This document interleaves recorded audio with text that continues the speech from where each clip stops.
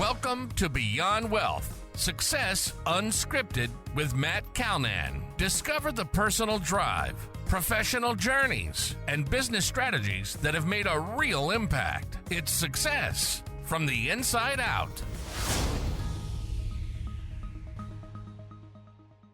Just before we started on the podcast today, Chandra wanted to make sure that she gave a land recognition. With gratitude, mutual respect, and reciprocity, we acknowledge the ancestral, home, cultural, and oral teachings of the Treaty 7 signatories, which includes the Siksika Nation, Piikani Nation, Kainai Nation, the Eöthkestoni Nakota Nation, consisting of the Chiniki, Bearspaw, and Goodstoney bands, the people of Tsuut'ina Nation, and also the people of Métis Region 3, who call this part of the world home and were stewards of this land long before my ancestors came here. Thank you. Welcome back, everyone. Today we're chatting with Chandra Crawford. Born and raised in Canmore, Alberta, Canada, Chandra Crawford is an Olympic gold medalist and 3-time Olympian in cross-country skiing.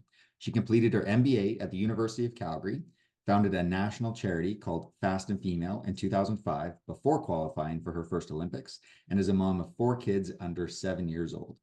Chandra lives in Calgary, Alberta, with her husband Jared, their kids, and an affectionate Barky golden retriever named Stella. She's a sought-after keynote speaker on topics such as resiliency, mental health, burnout, and bravery. Her purpose is to share her high-vibe energy and growth mindset to help people turn their challenges into opportunities. So Chandra, welcome to the show, and why don't you start off by telling us a little bit about yourself? Thank you so much for having me. It's a pleasure to be on a business podcast like this because so much of business is mindset and resiliency. Yeah. And I'm so grateful for everything I learned going through those 3 Olympics, and I apply it to parenthood and I apply it to my work. And I really, just have a lot of energy, and I'm extremely passionate about turning obstacles into opportunities. My Uncle Cam once said, people don't always recognize opportunity. It shows up wearing overalls and work boots and looks like work. And that's a true passion of mine, is that growth mindset. And I'm happy to be here. Let's get into it. Yeah, that's great. So tell me, what are you doing on kind of your day to day? Like what does your life bring you?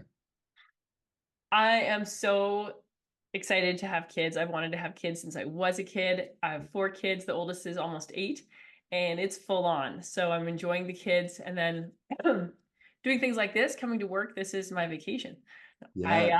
I find that it's just been really positive to keep my professional drive. And I love keynote speaking, sharing messages and the psychology and my empathy and love for the audience. And then also this kind of, it's a lot like ski racing, like prepare and then perform, game day jitters, like full body, pain and nausea. Like, why am I doing this speaking engagement? And that is the feeling of being alive for me. So I absolutely love keynote speaking.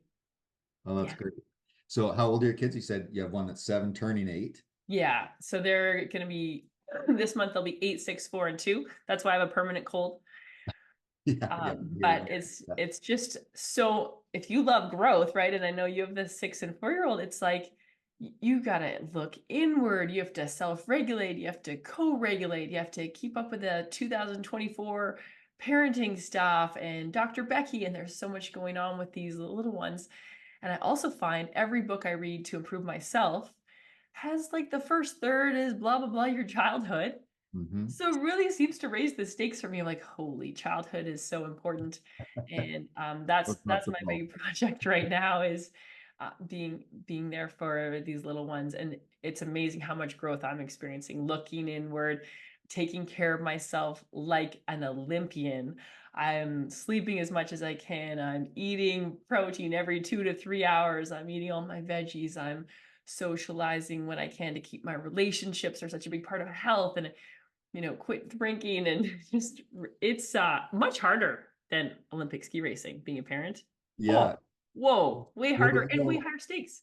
Well, and one thing I guess about being an Olympic skier is you're kind of in control of all of it, right? Yeah. 99% of it is you, whereas when you're a parent, you're only in control of your actions, and then you got 4 other bodies and other minds down there that have their own actions and reactions. So that must be the challenging part as well, not having that control.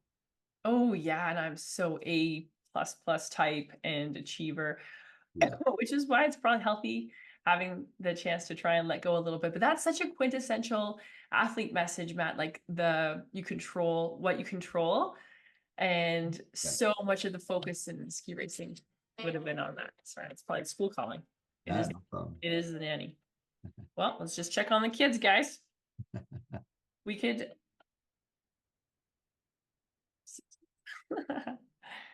Hi, Jim Marie. Okay, so we're picking back up on the podcast. We had a quick 3-minute detour because as we were just talking about parenting and the challenges of that, you had a parenting challenge. Do you want to explain what happened there? That sounds like fun. Yeah, my nanny just called and the 4-year-old like slipped and fell in a pond, but it's all under control. They're gonna go get some baked goods.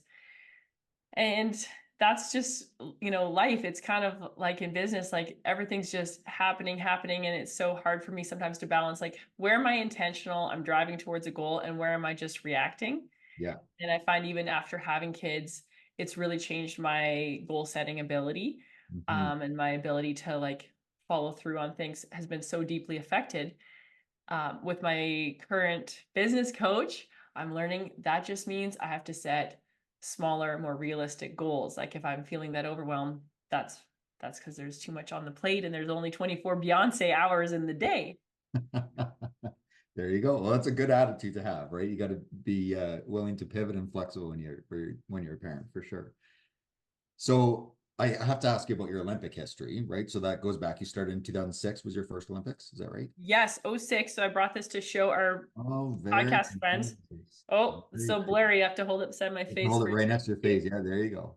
Very This nice. is the medal I won in 2006 in Torino, Italy, in cross country ski sprint race. And it was a beautiful sunny day. It was my first Olympics. I was a complete underdog, and I was so focused and I was in great shape Yeah. and crossed the finish line first. I thought I better put my hands up. It was a huge surprise to me. I was really in the moment and in the process and doing my best. And Yeah.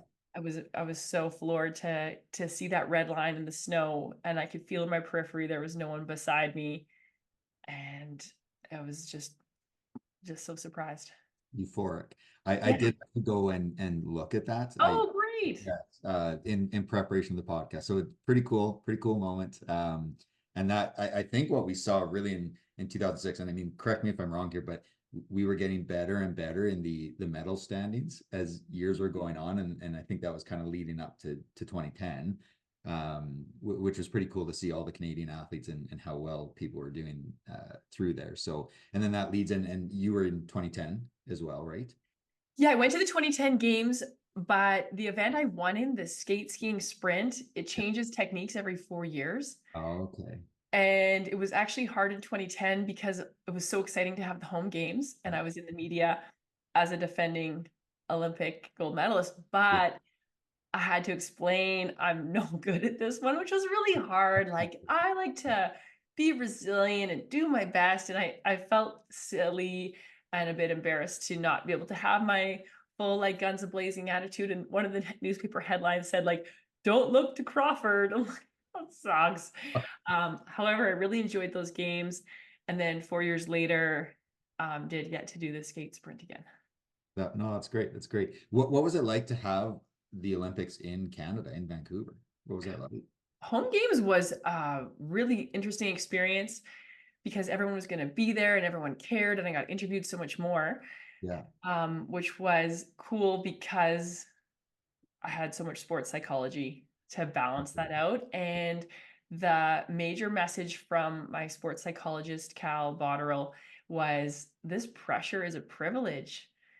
And really seeing like adversity and challenges of like, oh, I feel so much pressure. Like, I'm glad they're interested. Yeah, yeah, for sure. This is amazing. And I learned so much about it's really up to us, the narrative we're building around what's happening. Our brain is just making meaning, just making stuff up. And that opportunity to kind of take control of it and say, everything that happens to me is for me. This is making me better. The world is my training gym that just gives me things and I just get stronger.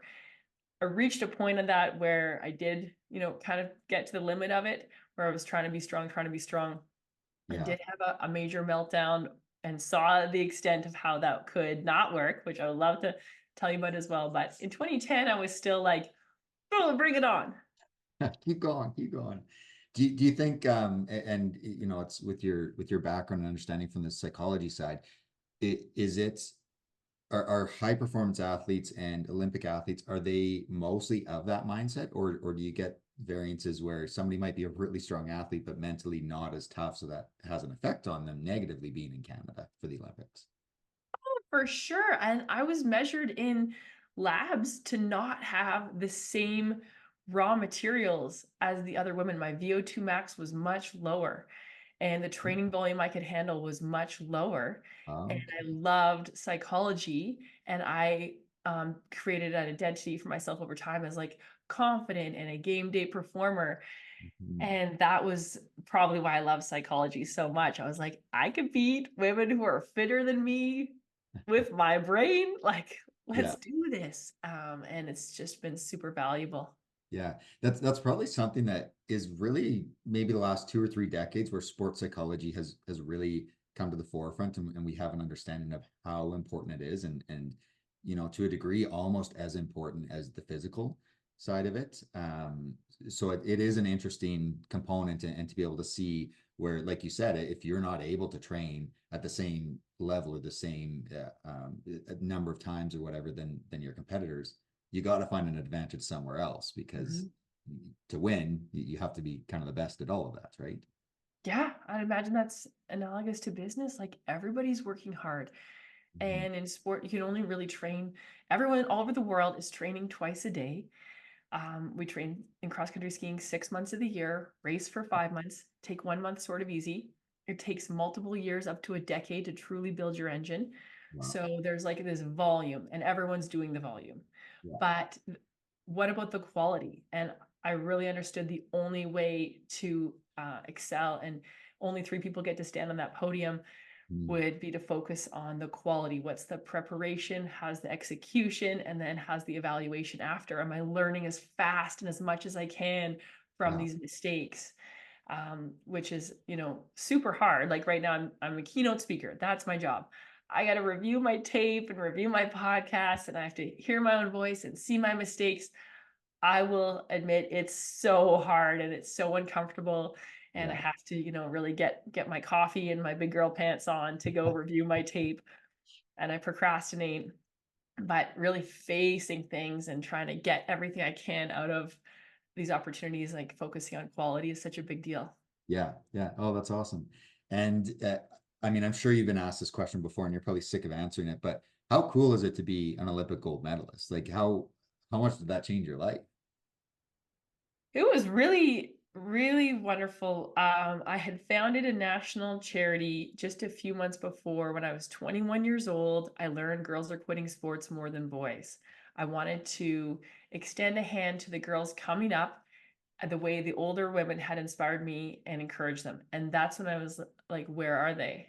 Oh, girls quit sports way more than boys. Like, what on earth? We're missing out on leadership, coachability, resiliency, Yeah. teamwork, so much good stuff. And so then I started it with a small event for 250 kiddos, sorry, $250, 50 kiddos, tiny event. But then 3 months later, I surprise won the Olympics. And that was one of the greatest things to come out of it, was that I immediately had all this attention, and everyone's like, what do you think about everything? And in Yeah. that micro, what's that expression about, like a minute of fame or something? The 15 seconds of fame, and 15 seconds. yeah. Yeah. Was able to leverage that into more energy for the cause. And the event went from a $250 event to a $35,000 event the Oh next wow, year. that's And we had amazing. sponsorships and flew kids and community leaders in from all over Canada. And the charity is still going today. Great, great. And Are you still it's part of it? rocking. I'm not involved. I stepped down after when I was pregnant with the fourth kiddo, because keeping a charity alive, being a business owner, Yeah. it's a lot like keeping a child alive. And Yeah. after with that fourth kid, I was like, someone else can keep the charity alive. And fortunately, the programs person, Gabriella Estrada, who's this just powerhouse incredible leader over time. I was so inspired by her. I felt like I work for you, and really organically learned servant leadership. This is the best. Servant leadership is the best. Like it's way less on me to decide everything. Yeah. It's so much more powerful across an organization to not be the bottleneck. And also everything goes through my shortcomings. And Right. so it was super cool that over time I was like, what do you want to do? I work for you. I'm raising money for you. And she is the leader today, and she is a boss. She's in Toronto and is on a tear. And as is women's sports, right? So Yeah, that no, turned absolutely. out awesome. Especially over the last decade, right? We've seen Yeah. big shifts, and with the PWHL and how successful Mhm. it's on their first season, it's been pretty cool to see for sure. Yeah, your kids and my kids will never know a world without women's professional hockey, women's Yeah, soccer league, yeah, just exploding. So beautiful time for women in sport, and it's about time. absolutely. And that charity, so its focus is to keep young women in sports, and how does that work? Like, what are you doing? Are you funding it? Are you how are you helping them stay in sports? Fast and Female executes events all over the country that introduce girls age 8 to 18 to relatable, inspiring local role models. Okay. And in the early days, I was like, well, let's just get the medalists out here. And then over time and engaging with researchers and creating evidence-based program, we learned actually relatable role models are the most important. And that might be the case for any of us looking for mentorship or looking for guidance for our young people. It's like one researcher explained to me, like, Chandra doesn't have to be a gold medalist. It could be the librarian who plays, you know, tennis. Like it has to be a little more accessible, and that's been really helpful. I also learned to have to tell more of my hard stories and less of like, yeah, I won the gold. Right. So over time, develop my ability to talk about my hard times, talk about mental health struggles, Mhm. which is not as fun Yeah. as, yeah, I won the gold medal, but I understand it's valuable for audiences, it's valuable for young people. So the organization's mainly putting together events all over the country. And then a lot of their work, even with like virtual events and running races and partnerships, they're just in everything women's sports. Well, that's awesome. That's great. Um, it, you know, it's interesting when you're looking at a sport again, and the amount of work, and you can relate this to business, the amount of work that goes into a sport to be at a truly high level, and the amount of work that goes into business to be at a truly high level is a lot. And what you just said was interesting when you need to tell some of the negative stories or more of the negative stories, because I think a lot of times people see an overnight success, and nothing is an overnight success. I bet that there was a lot of years and a lot of blood, sweat, and tears that you put into that before you get the outcome of standing on a podium as a gold medalist. And that's the same in business. Can you maybe talk to that a little bit about what those challenges are, and what you did go through, and if you feel comfortable with it, even the mental health side of it, and what challenges were there? Yeah, I was learned so much through the three Olympics, but the third one is the most meaningful to me, Mm, and the one the result I treasure the most okay. was 43rd in Yeah. my third Olympics in Sochi, Russia in 2014, 10 years ago. And I would trade the gold medal for it any day because let me set it up a bit. It just looked so unlikely that I would even make it to the games, that I would ski at all. I was so unwell. I had a major life meltdown and I developed an eating disorder. I Mm, was bulimic for a year, even though I founded an organization dedicated to keeping girls healthy and active in sport. yeah. So I knew all about it. Yeah. But this stuff is pervasive and powerful. And I had this meltdown because I had been dating my teammate for 10 years. And then we had this really awful public breakup, and he fell in love with a Norwegian girl on the ski circuit. And I was trying to explain to him, oh, it's going to be fine. I've had lots of crushes, and we had to look at the role I played in this breakup so that I lost my self identity as a good person. Oh, and that mindset that I spoke of earlier of like, adversity is for me. Here we go. I'm getting stronger. Bring it on. I did pursue like that mindset of like, I'm fine. This is the best. Everything's fine. Yeah. Yeah. But looked a little bit more like actually train hard, ignore my emotions, train harder, throw up my food, say I was So fine. everything else, right? Yeah, and that Yeah. maladaptive coping thing. So going through that, eventually I was like skiing slow, because that's what happens with eating disorders, which I knew would happen, but it was just a powerful train. Once I was on, I couldn't get off. Yeah. And I finally stopped ski racing and came home and tried to think, should I even ski race at all? It's cratering my health Yeah. and all this. Like, I loved sacrifice in the ski career. I was like, oh, to sacrifice is to make sacred, and like, oh, this pursuit of excellence. But it's on a curve, and I was just way over the Yeah. side of like, so I had to stop skiing, take antidepressants, clinical psychology, read amazing books, to get some distance on my thoughts, like Eckhart Tolle. Started meditating, learned to face my emotions, and to just sit there and look into that red anger and pain and just, let it out, which was such Yeah. a fascinating thing to do. So then I was like, I don't want to watch the games on TV. And no, I didn't even try, but I don't want to lose all my health. I will redefine success as health. And this is my journey to health. Yes. And so for all these challenges that are coming at us, I'm really taking a lot of pride now in, I decide what success is. Like, I don't have to impress anybody. I've decided that wellness is health. Or in my current life, I've decided like being there for my kiddos and having dates with them and being there to slow Yeah. down and listen to all their feelings, is what success is. So in this ski racing thing, I made it to the games by the skin of my teeth with my wily veteran tricks, and I got to race in Sochi, Russia in my skate sprint that I was good at, Yeah. and there Yeah. was snow flying off of my baskets, and my ponytail was going crazy, and my coach was yelling, "You're going amazing." And I crossed the line. I clicked out of my skis. I had placed 43rd, Yeah. but I felt like this profound, like, I did it. Oh my gosh, I That did it. is Like, the amazing. euphoria stays with me to this day of like, Yeah. I overcame it. Oh my goodness. I went off the antidepressants before the games, and like, I was happy to see everyone. I just feel like this resiliency was super cool. I wouldn't trade it for the world. So Yeah. send my ex and those guys a fruit basket, because my life turned out They awesome. help you get there, right? Yeah. Yeah, it's everybody in life is going to get thrown adversity, some of us more than others, but it's about how we come through that adversity and what we're able to gain and grow from it versus, being kept down. And a lot of people never get through it, and it's unfortunate. And we're in a day and age where mental health is okay to talk about now, and it wasn't when I grew up, and I'm sure when you grew up, like we didn't talk about that stuff. So to be able to have that at the forefront now and people feel comfortable with that, I think is it's good progress on society for sure, to get to that point.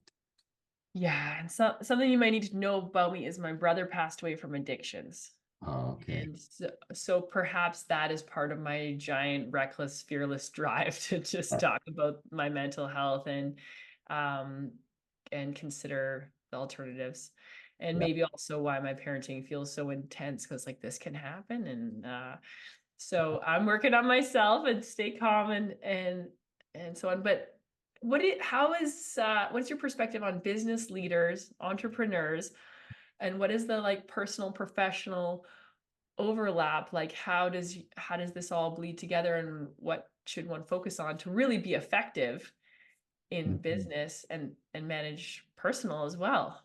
Yeah, no, that's an interesting one. First of all, I've never been asked a question on my Oh podcast. my gosh, I Really always turn funny. the tables. This I'm is so great. curious. Oh, this is great.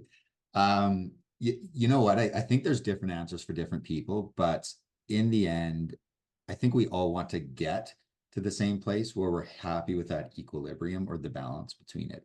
And for different people, that's going to be a different balance. And I think a lot of factors play into that. I look at myself before I had kids, and I worked too much. I didn't, work on my friendships around me or my relationships around me enough, my family. I didn't work on that enough. As I had kids, your priorities shift, and now I look, I've got a 6 and a 4-year-old.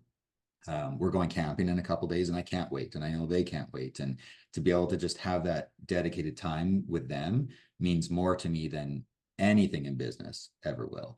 So I think it's about getting that balance, and that balance is probably going to be different for everybody, because I know a lot of people that are really happy. They work really, really hard, and they might be putting in 60 or 70 hours, but that's fine with them because they found the balance another way. I know other people that want to work 30 hours a week and spend all the time with their family. And again, that's the balance that they want in their life. So I think it's about having that reflection on yourself and saying, what is actually making me happy and what is actually driving me, and then going and finding that. And it's tough to do. And I think it's easier, actually, it's harder up front as an entrepreneur to do that, but it's easier on the back end, because I don't have somebody that tells me when I have to do something and where I have to be for it. So it gives me that flexibility to be able to get to that equilibrium. So but you definitely see that overlap in sports and business that way, right? Especially high performance sports. I mean, when you're a high performing athlete, you're probably 50, 60 hours a week in different types of training, whether it's physical or mental or whatnot. So yeah, I'm sure it's identical on that side, is needing to find that equilibrium. Yeah, makes sense. So let me flip this back. Now I'm asking you questions again. Okay, I'm supposed to be asked the question. Okay, yes, really I'll listen. I guess in your speaking side of things, so you do a lot of keynote speaking. What's that like? How long have you been doing it? What's it like? What kind of audiences do you typically talk to? I started in 2006, right after winning the medal. That helps, right? Winning a medal. Yeah, it was super cool that I got the chance to begin speaking really seriously at that point and get in front of those corporate audiences and schools. And now, yeah, I guess that was 18 years ago. So these days I'm really intense about how can I best serve this audience, and that's why I'm doing something very hard this year. I have a speaking coach, and I'm doing 10 times the vulnerability.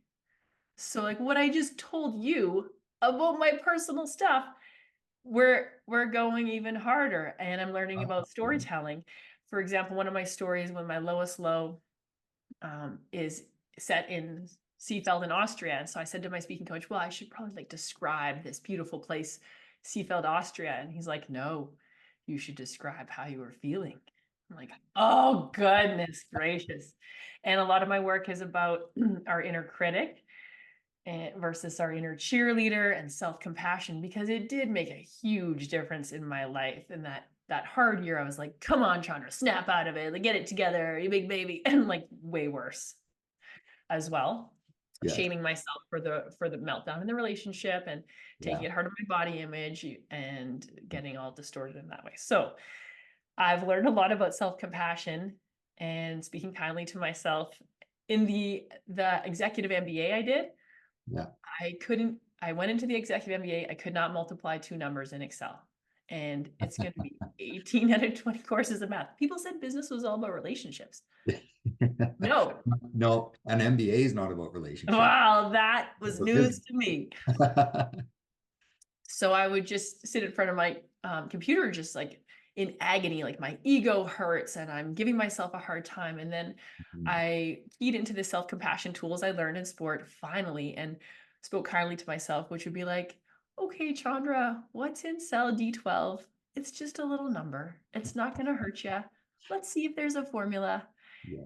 And that's been totally helpful. It's helpful in parenting. Like everything is insane and on fire and people are just pouring jugs of milk on the dog. And like, wow, we're going to try to go to school.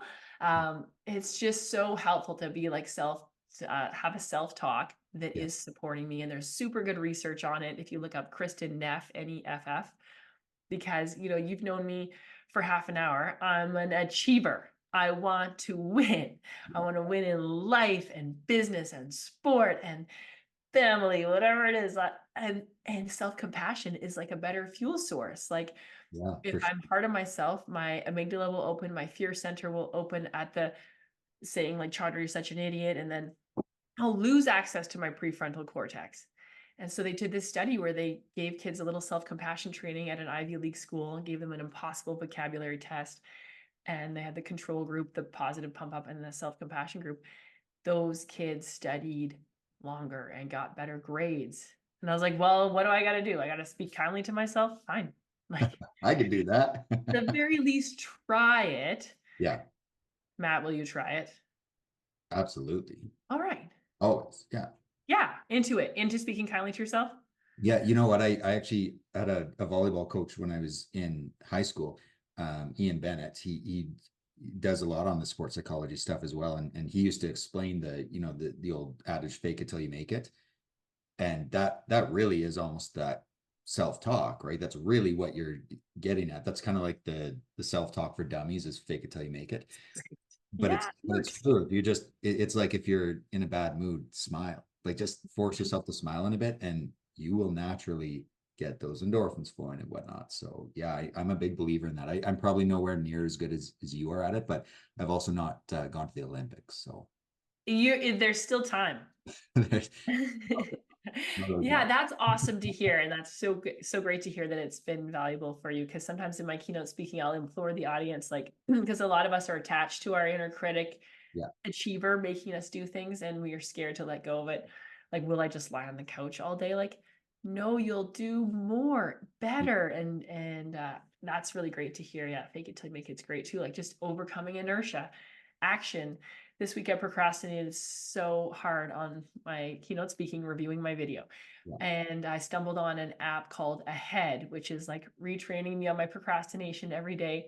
And a big thing is like, what if you just saw your procrastination as a little signal to try something different instead of a gigantic moral failing? Well, that sounds okay. And it's really helping me like, oh yeah, I could. Interesting. That was called Ahead. Was the Ahead, AHEAD, and it bills itself as Duolingo for your emotions. Oh, cool. Oh, that's interesting. I think a lot of people would benefit from that because it's true that positive self-talk helps you go so far because we're inundated like on the business side or the sports side, you're inundated all the time with challenges. Mm-hmm. And it's really easy to get down on yourself when something's not going right. So if you have yourself as your biggest cheerleader, it's obviously going to push you through a lot better.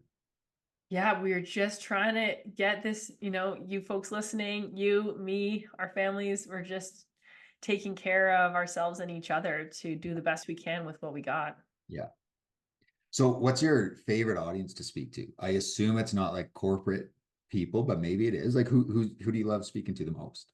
Business audiences are amazing, and something about the performer in me, the bigger the stage and the brighter the lights, the better I feel, more clarity I feel. So that's been cool. But small, well-lit rooms are fine too, because then you can really connect with everyone and see if you can see them laughing and crying, and that's pretty special.